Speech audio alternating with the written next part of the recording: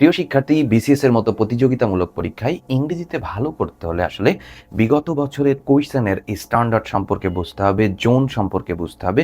যদিও আমাদের একটা নির্ধারিত সিলেবাস থাকা সত্ত্বেও এই সময়ের সাথে সাথে যে প্রশ্নের যে পরিবর্তন হয়েছে সেই বোধগম্যতা অর্জনের জন্য কোয়েশ্চেন ব্যাংক সলভের কোনো বিকল্পই নেই। সো আমরা দেখে আসি আজকে 33তম বিসিএস এর ইংরেজি প্রিলিমিনারি কোয়েশ্চেন।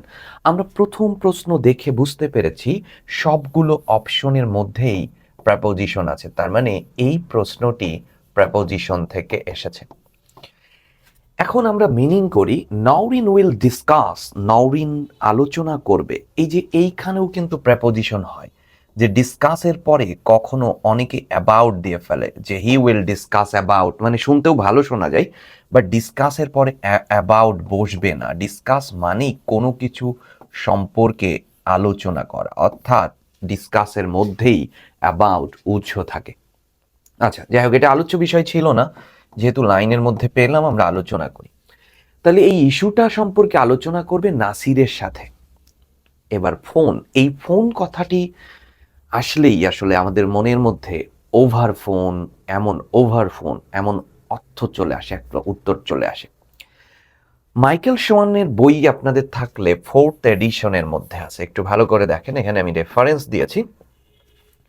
এই যে phone, by means of the phone, by means of the telephone, আবার I will contact you by phone, she is on the phone, এই দুইটা কনসেপ্টের মধ্যে আমরা আলোচনা করব।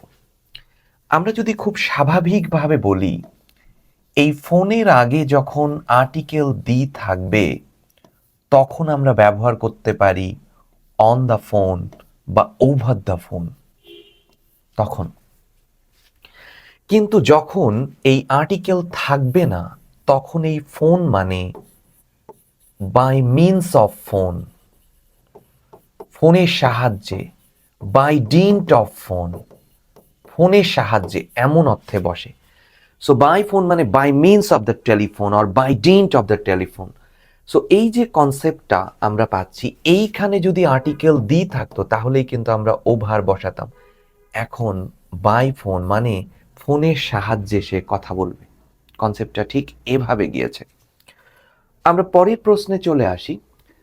আবারও দেখতে পাচ্ছি সমস্ত অপশনগুলোই প্রেপোজিশন থেকে এসেছে, তার মানে এই টপিকসটা প্রেপোজিশন থেকেই এসেছে। এবার আমরা অ্যাপ্রোপ্রিয়েট পাচ্ছি সিন কিন্টু অবলিভিয়ন, ম্লান হয়ে যাওয়া, মুছে যাওয়া, বলতেছে ম্লান বা মুছে যাওয়া এমন অর্থে বসেছে, বিস্মৃতি হয়ে যাওয়া। কিছু writer sink into oblivion in courses of time, সময়ের সাথে সাথে কিছু লেখক বিলীন হয়ে যাবে, ম্লান হয়ে যাবে, পাঠকের হৃদয় থেকে মুছে যাবে, অর্থাৎ তার লেখার হয়তো ডেপথ নাই, ওই গভীরতা নেই, ওই আলোচিত পাঠককে নাড়িয়ে দেওয়ার মতো হয়তো কোনো লেখা তার নেই। এই কারণেই বলতেছে সাম রাইটার্স, কিছু রাইটার্সরা sink into oblivion in course of time, সময়ের সাথে সাথে বিলীন হয়ে যাবে। সো ইনটু অর্থে বসেছে, সিন কিন্টু মানে ম্লান হয়ে যাওয়া। কল টু মাইন্ড, খুবই সরল প্রশ্ন, মনে রাখা বা মনে করা, রিমেম্বার অর্থে বসে, রিমেম্বার, কল টু মাইন্ড। পরের প্রশ্ন পাস অ্যাওয়ে মানে মারা যাওয়া, পাস অ্যাওয়ে, মারা যাওয়া, ডাই অর্থে বসেছে। ঠিক আছে, এমন প্রশ্ন আসলে খুবই সহজ। Pick the word that is synonymous with authoritarian, কর্তৃত্ববাদ, অটোক্র্যাটিক, স্বৈর শাসক, কঠোর শাসনকে বলা হয়। ঠিক আছে, ভোকাবুলারি থেকে আসলো এবং সহজ ভোকাবুলারি এসেছে। পারমিসিভ শব্দের অর্থ আছে অনুমোদনীয়, মানে খুবই উদারপন্থী লোকজনদেরকে আসলে বলা হয়, বুঝতে পারছেন? পারমিসিভ হচ্ছে যারা উদারপন্থী। আসলে আপনি কোনো কিছু অনুমোদন চাইলেন, দিয়ে দিল, যেটাকে আমরা লিবারেল বলতে পারি। লিবারেল কাছাকাছি অর্থ হয়ে যায় এখানে, আর কোনো অর্থ। হাম্বল মানে বিনয়ী, ল অ্যাবাইডিং মানে আইন মান্যকারী, সাবমিসিভ মানে আত্মসমর্পণকারী, আসলে না লিবারেল এখানে পারমিসিভ, উদারপন্থী। অনেকেই উচ্চারণগত দিক থেকে সাবমিসিভ বসিয়ে দেবে না, ডিরেক্ট ভোকাবুলারি জানাটা এই জন্য খুব জরুরি। পরের প্রশ্নে আমরা চলে আসি। আমরা দেখতে পাচ্ছি দেয়ার, আচ্ছা এখানে আমরা আলোচনা করি সাবজেক্ট আর পসেসিভ অ্যাডজেক্টিভ, সাবজেক্ট এবং পসেসিভ অ্যাডজেক্টিভ।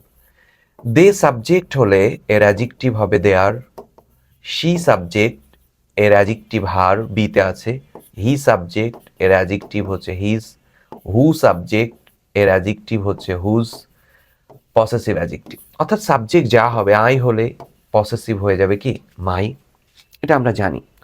পসেসিভ অ্যাডজেক্টিভের জায়গাটা কোথায়? নাউনের ঠিক আগে। এভাবে ধরেন আমরা লিখলাম ওয়ান শুড অবে ড্যাশ প্যারেন্টস, ঠিক আছে? তাহলে প্যারেন্টস হচ্ছে নাউন, নাউনকে মডিফাই করবে কে? অ্যাডজেক্টিভ। যেহেতু ওয়ান্স সাবজেক্ট আছে তাহলে অ্যাডজেক্টিভ কি হবে? ওয়ান্স, অর্থাৎ সাবজেক্ট অনুসারে পসেসিভ হবে। ফাদার স্ট্রেট বাবার ব্যবসা, এটি নাউন, তাহলে এখানে কি বসবে? অ্যাডজেক্টিভ। এবার এই পসেসিভ অ্যাডজেক্টিভ কে বলবে? ওই সাবজেক্ট বলবে ইস। ইস এবং এভরির ক্ষেত্রে পসেসিভ অ্যাডজেক্টিভ হবে হিজ অথবা হার। যদি আমরা ইস অর এভরি নেই, এর পসেসিভ হবে হিজ অর হার। তাহলে ব্যাকরণগতভাবে এই বি এবং সি কারেক্ট ফর্ম, কিন্তু যেহেতু ফাদার স্ট্রেট বাবার কথা বলেছে, হিজ। ক্লিয়ার? এবং এখন সি অপশন কারেক্ট ফর্ম। তাহলে প্রোনাউনের চ্যাপ্টার লেকচার যখন শুনবেন পুরো ডিটেলস, এই ধরনের প্রশ্ন বা প্রোনাউন থেকে যে প্রশ্নই আসুক না কেন আমরা পূর্ণাঙ্গভাবে সেটা সলভ করতে পারবো। পরের প্রশ্নে চলে আসি, সাবজেক্ট ভার্ব এগ্রিমেন্ট রিফার্স করে কাদের? এটা আপনারা সবাই জানেন। সাবজেক্ট ভার্ব এগ্রিমেন্টের কাজটা কি? সাবজেক্ট দেখে এই ভার্বকে নির্ণয় করা। সাবজেক্টের কি দেখি আমরা? সাবজেক্ট কি সিঙ্গুলার নাকি সাবজেক্ট প্লুরাল? তো ইংরেজিতে এই সিঙ্গুলার এবং প্লুরালের আলোচ্য বিষয় ইংরেজির কোন অধ্যায়তে? নাম্বারের। এবং আমরা একই সাথে দেখি ওই সাবজেক্ট কোন person, third person, first person, second person, এটা দেখি। আমরা কি জেন্ডার দেখি? ওই সাবজেক্ট নারী না পুরুষ? না, আমরা এটা দেখি না। তার মানে সাবজেক্ট ভার্ব এগ্রিমেন্টের আলোচ্য বিষয় হচ্ছে নাম্বার এবং পারসন। এই নাম্বার এবং পারসন দেখেই ভার্বকে নির্ণয় করা হয়, ভার্বের সাথে একটা এগ্রিমেন্ট করা হয়, নাম্বার এবং পারসন। পরের প্রশ্ন আমরা দেখি, কি দেখতে পাচ্ছেন? The only error in the sentence. আচ্ছা, এই বাক্যের মধ্যে একটা ভুল আছে।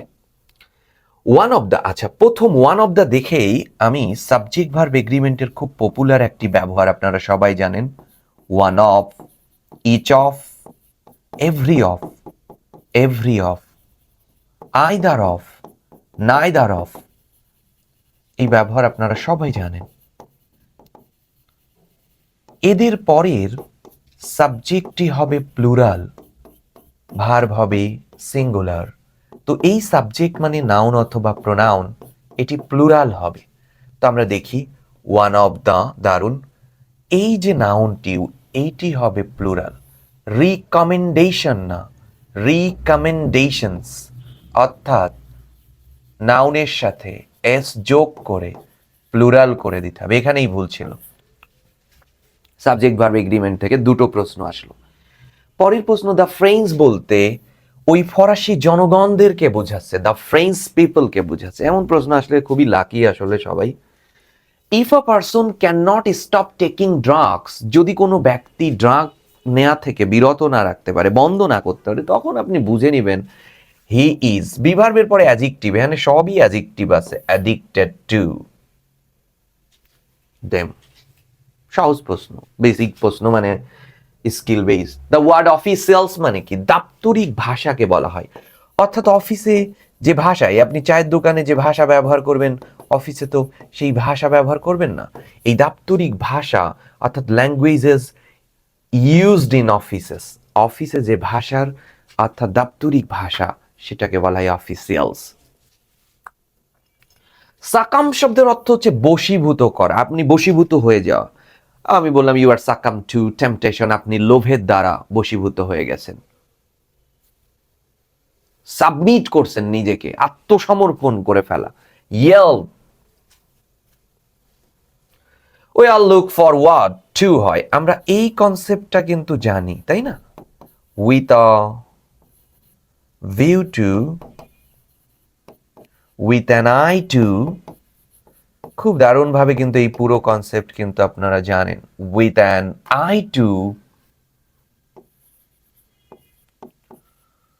লুক ফরওয়ার্ড টু,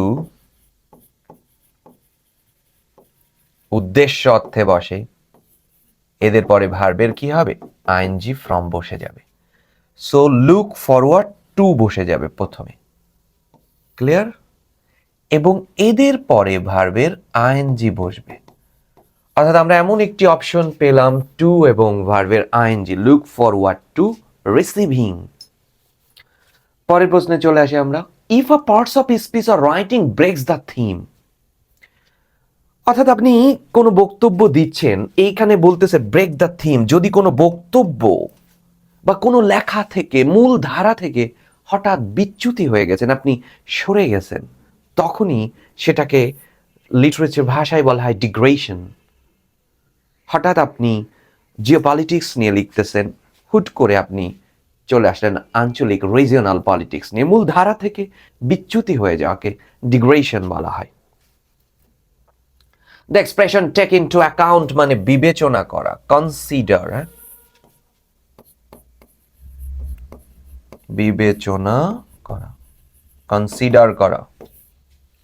ইডিয়মস, কর্তৃপক্ষ তাকে তিরস্কার করলো, তিরস্কার করার ইংরেজি হচ্ছে take to task. Verbal phrase দিয়ে করা যেতে পারে, take to task. The authorities took him to task. such claim needs to be tested empirically, গবেষণালব্ধ এমফেরিক্যালি কোনো বিষয় হচ্ছে সেটা মানুষ খুব অভিজ্ঞতা থেকে বলে, অনেক পরীক্ষা নিরীক্ষার পরে বলে। The test should be based on experience, সেটাকে আমরা এমফেরিক্যালি বলা হয়, অর্থাৎ এক্সপেরিয়েন্সের আলোকে। পুট আপ উইথ মানে সহ্য করা, সহ্য করা। Verbal phrase I can not tolerate না লিখে দেখেন I can not put up with, আমি সহ্য করতে পারছি না, I can not put up with the or this crisis. Put up with মানে সহ্য করা, টলারেট করা। In many ways riding a bicycle is, আমরা দেখতে পাচ্ছি এটি সাবজেক্ট, এটা ভার্ব। রাইডিং ইজ বাইসাইকেল, এই ইজ যদি ভার্ব হয়ে থাকে তাহলে এইটা সাবজেক্ট, এবং আমরা জানি সাবজেক্টে নাউন বসে অথবা নাউন ফ্রেজ বসে, তাই না? তো এখানে অনেকগুলো শব্দ, তার মানে এটি একটি ফ্রেজ এবং এটি একটি নাউন ফ্রেজ, এবং ভার্বের আইএনজি দিয়ে শুরু হয়েছে, তাই এটাকে বলা হচ্ছে gerund phrase. Clear? Is similar to, তার মানে gerund phrase is similar to gerund phrase, একই তো হবে। Riding a bicycle is similar to, তার মানে এটা আর এটা কিন্তু এক। তার মানে এইখানে যদি জেরান্ড ফ্রেজ বসে সিমিলার টু, এখানেও তো জেরান্ড ফ্রেজ হবে, যেটা এ অপশনে আছে ড্রাইভিং আ কার। বুঝতে পারছেন প্যারালেল স্ট্রাকচার থেকে এসেছে, প্যারালেল। পরের প্রশ্নে, আচ্ছা এটা ছিল আমাদের 33তম বিসিএস এর ইংরেজি প্রিলিমিনারি কোয়েশ্চেন। এরপর থেকেই 34 থেকে কিন্তু প্রশ্নের ধারা একটু চেঞ্জ হয়ে গেল, এবং সেটা দেখছেন, প্রিভিয়াস প্রশ্ন সম্পর্কে দেখেছেন। এই যে পরিবর্তনশীল, অর্থাৎ সময়ের সাথে সাথে, একটু আগেই পড়লাম in course of time, in the passage of time, সময়ের সাথে সাথে এই যে বদলে যাওয়া, এবং একই সাথে আপনার পড়ার ধরনটাও বদলাতে হবে। বিগত সালের প্রশ্ন অ্যানালাইসিস আমাদের সেই নির্দেশনাগুলোই দেয়। সো ধারাবাহিক এই প্রশ্নপত্র ব্যাখ্যা এবং আলোচনার সাথেই থাকবেন আশা করি, এবং সবাই ভালো থাকবেন। আল্লাহ হাফেজ।